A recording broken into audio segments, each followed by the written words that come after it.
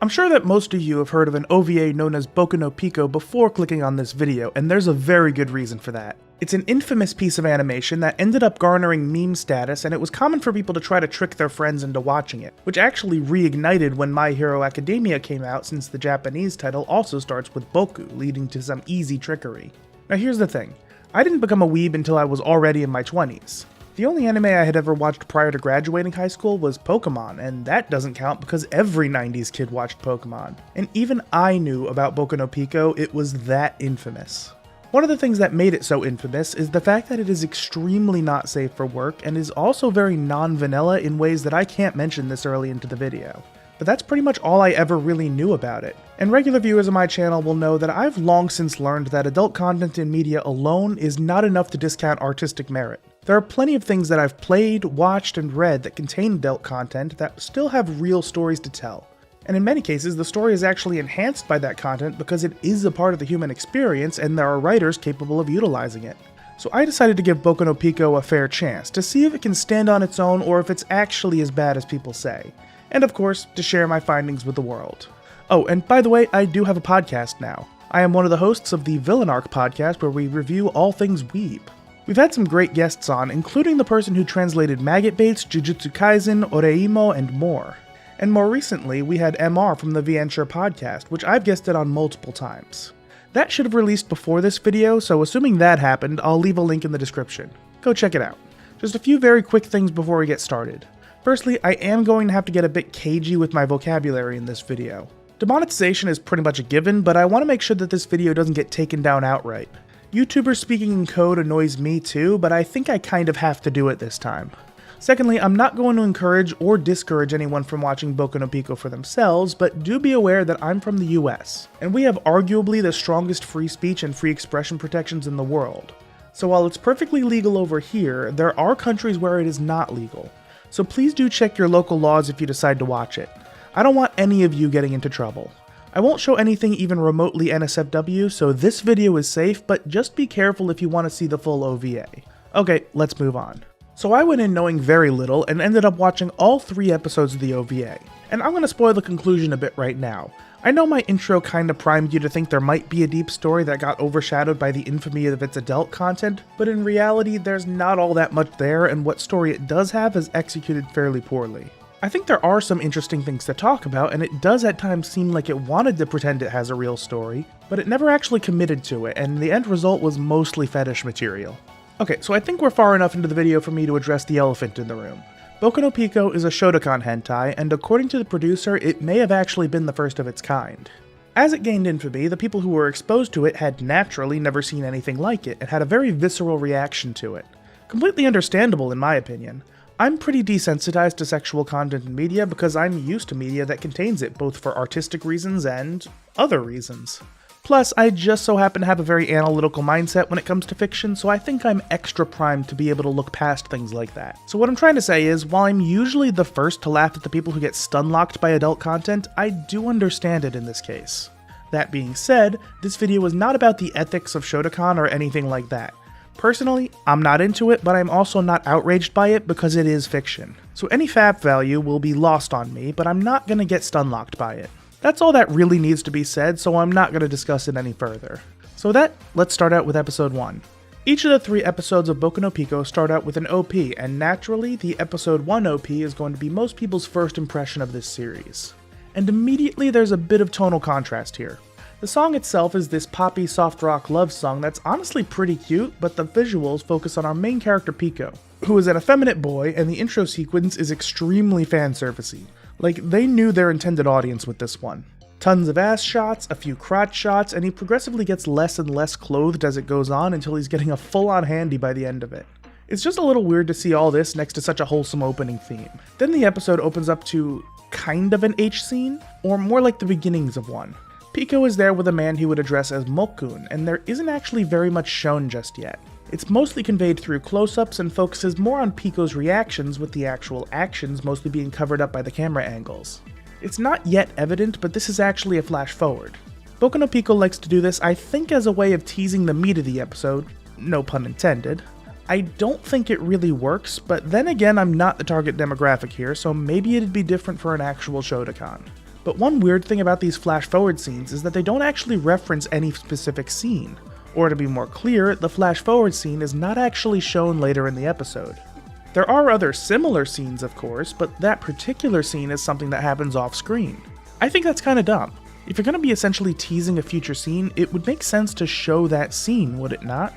With early flash-forwards, and not just in adult media, the idea is to plant the question of what happens to make things get to this point in the minds of the audience.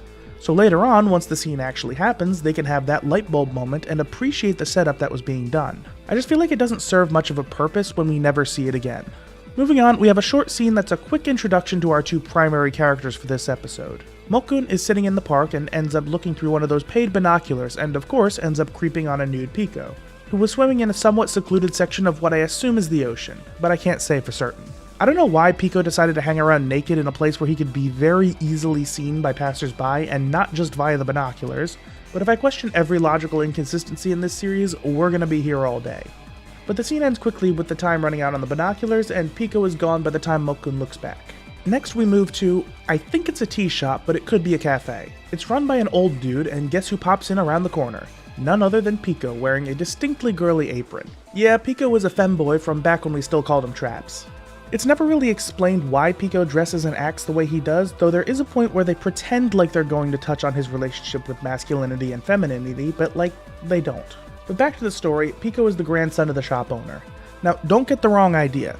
Boku no Pico does not contain anything even slightly resembling competent parental figures. Pico's grandfather is barely even a footnote and they didn't even bother to animate the fucker half the time. The grandfather introduces the two and suggests they spend time together every now and then since Pico is new to the area and could use a friendly face.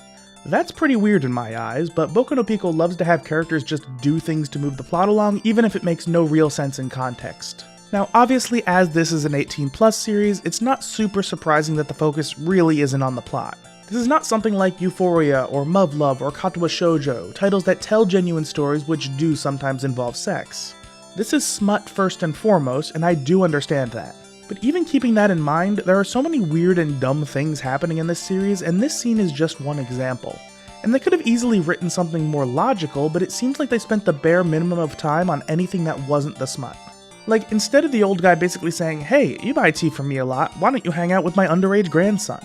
He could have had something urgent come up requiring him to step out, and while that was happening, the two could have talked and developed a bit of a bond where it would make sense that Pico would want to spend time with Mokun, who we already know is a creep who would take advantage of the situation and agree. It just would have made everything flow so much better, and that's something I came up with on the top of my head as I was writing the script. Again, I understand that this is smut and I am not the target demographic here, but I still feel like there should be some attempt at immersion going on. Whatever, moving on. There's then kind of a quick scene of the two hanging out in the park, and it's actually kinda wholesome seeing them bond until Mokun unleashes his inner Joe Biden and sniffs the child. But now we get to the reason why I had a lot of difficulty trying to figure out what I wanted to do for this video. At this point, the episode is about 9.5 minutes in, and I'm gonna have to pretty much skip the entirety of the next 15 because it's almost entirely just the saucy stuff that I not only can't show on YouTube, but that I have absolutely nothing interesting to say about. Like, as far as the writing goes, there's pretty much nothing there for me to discuss. No real character work going on, nothing. I enjoy trying to examine stories even if they're not very good, but Boku no Pico's really not giving me much to work with here. So yeah, I'm gonna skip these several adult scenes and just say that the only notable thing here is that Mokun gives Pico some girl clothes and he wears them to make him happy. So remember when I said that Boku no Pico likes to sometimes pretend that it has a story? Well, after one of the adult scenes, the two are just chilling in bed and Pico asks the question, "What am I to you?" Mokun falters a bit because, let's be real, he's only ever been interested in one thing. So Pico gets upset and runs off and Mokun goes out to try to find him.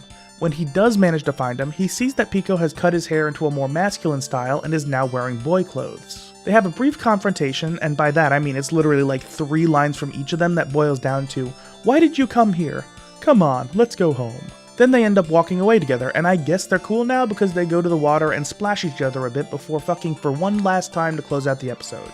Yes, it's actually as abrupt as I'm making it sound. So here's the thing. In isolation, I could actually see this being a solid plan for a story. Now obviously the random third act conflict adds fucking nothing to anything, but there are actually some ideas here that I would have liked to see done well. Think about it. We have this boy who is definitely in touch with his feminine side and expresses himself in a fairly androgynous manner. He gets taken advantage of by an older man who ends up pushing him into being more feminine and getting him to actually start cross-dressing.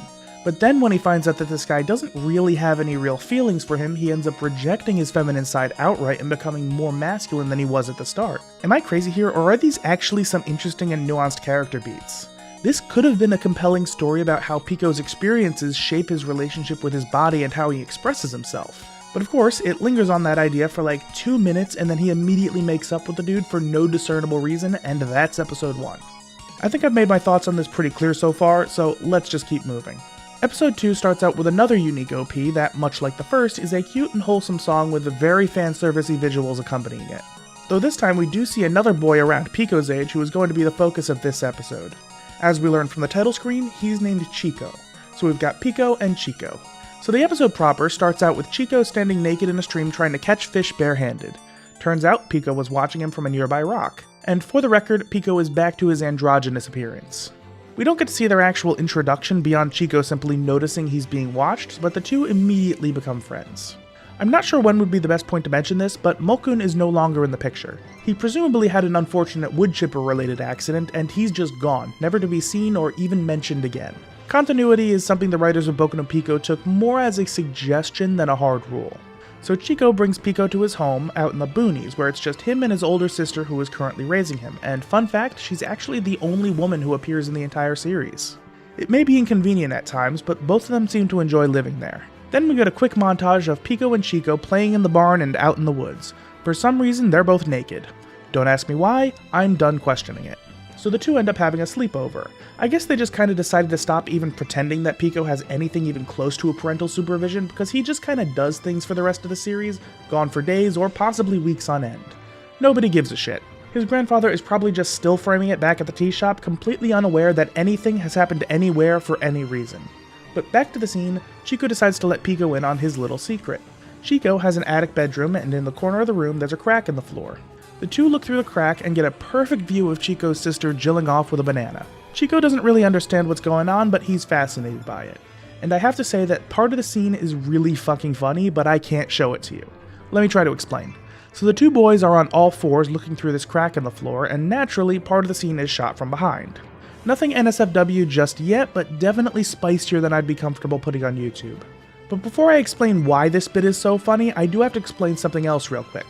Whenever a character is speaking in any piece of fiction that isn't live action, there's almost always going to be a visual indicator to go along with it. This acts as a replacement for all the subtle movements that go along with real speech, and it makes things feel a bit more natural. One obvious example is how if you watch a puppet show, the characters often kind of flail around while they're speaking. This happens in animation as well, where there will often be some sort of movement when characters speak. Well, in this scene, when either of the boys are speaking, the visual indicator is that their ass sways and shakes a bit.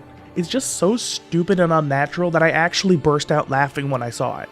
Like, this is obviously done for fan service, and as mentioned before, I am not the target demographic. But this scene was fucking hilarious, and I can't show it because I just know that if I were to put ass and bulge on screen, the ghost of Susan Bujiki would appear behind me and slit my throat. But anyway, scenes ends up progressing as Chico doesn't really understand what he's feeling, and Pico not only understands all too well, but is more than willing to enlighten him. So yeah, skipping over this bit. Then a quick montage of the two of them playing in the normal way, like with bikes and shit. Then they move on to playing in the Boku no Pico way. So yeah, skipping again. Don't worry, as I said earlier, the explicit content almost exclusively doesn't actually do anything story-wise or character-wise. Then the two are playing in the house when Chico's sister has to step out for like some shopping or something like that. They ultimately decide to utilize this alone time by dressing up in her clothes, which somehow fit them despite the fact that she's like twice their size. But they're all like, it'll be okay as long as we put them back once we're done. Of course, they end up getting distracted and end up finding the sister's vibrator, which they decide to use. Which does beg the question as to why she was using a banana earlier when she literally has a sex toy available. Like, even if she was concerned about making noise, she could have just not turned it on and gotten the same effect as the banana.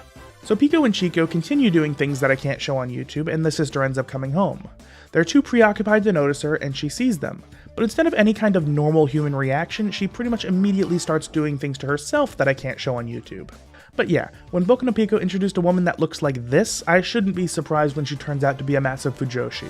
So the episode ends with the sister having thoroughly enjoyed herself as Chico coyly asks to go for another round, and then the credits roll. So this episode has even less of an attempt at a story than the first. It's just kind of funny to see how they seemingly wanted to at least hint at deeper things in the first episode, with it taking 9 minutes for the action to start and introducing a third act conflict that was admittedly poorly executed, but at least they kind of tried. Episode 2 has things get spicy 6 minutes in, and just does not let up for the rest of the episode except for like a minute here and there. And there is zero story stuff going on. From 6 minutes onward, you could summarize the entire episode by saying, they continue to fuck. Again, this is kind of why it's hard for me to figure out what to do with this video, because I do genuinely want to give this series a fair review and a genuine critique, but it's just not giving me very much to work with. Let's move on to episode 3. Like the other episodes, we get a unique OP, and I have to say that this particular song is my favorite of the 3. It is an upbeat, energetic love song, and it's just cute. The visuals with this one also seem like they have the most effort put into it. We do see Pico and Chico, but also a third person who will feature heavily in this episode. While the visuals are definitely pretty lewd and fanservice-y, a lot of it wasn't the 3 actually being sexual, but rather just kinda being goofy together.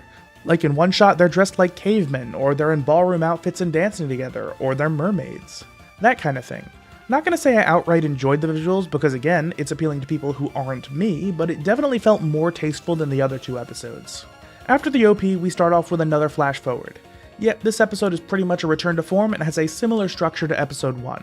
In it, we see Pico and this mysterious new character who visually appears to be a girl, though based on what we know this show is, we can infer that the reality is that Pico has acquired yet another cross-dressing child.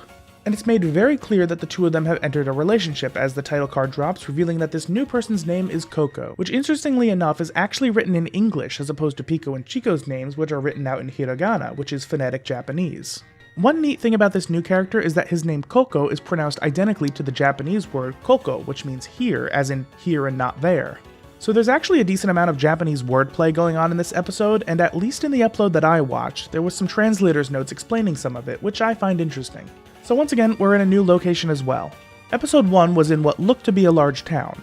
Episode 2 was in the sticks.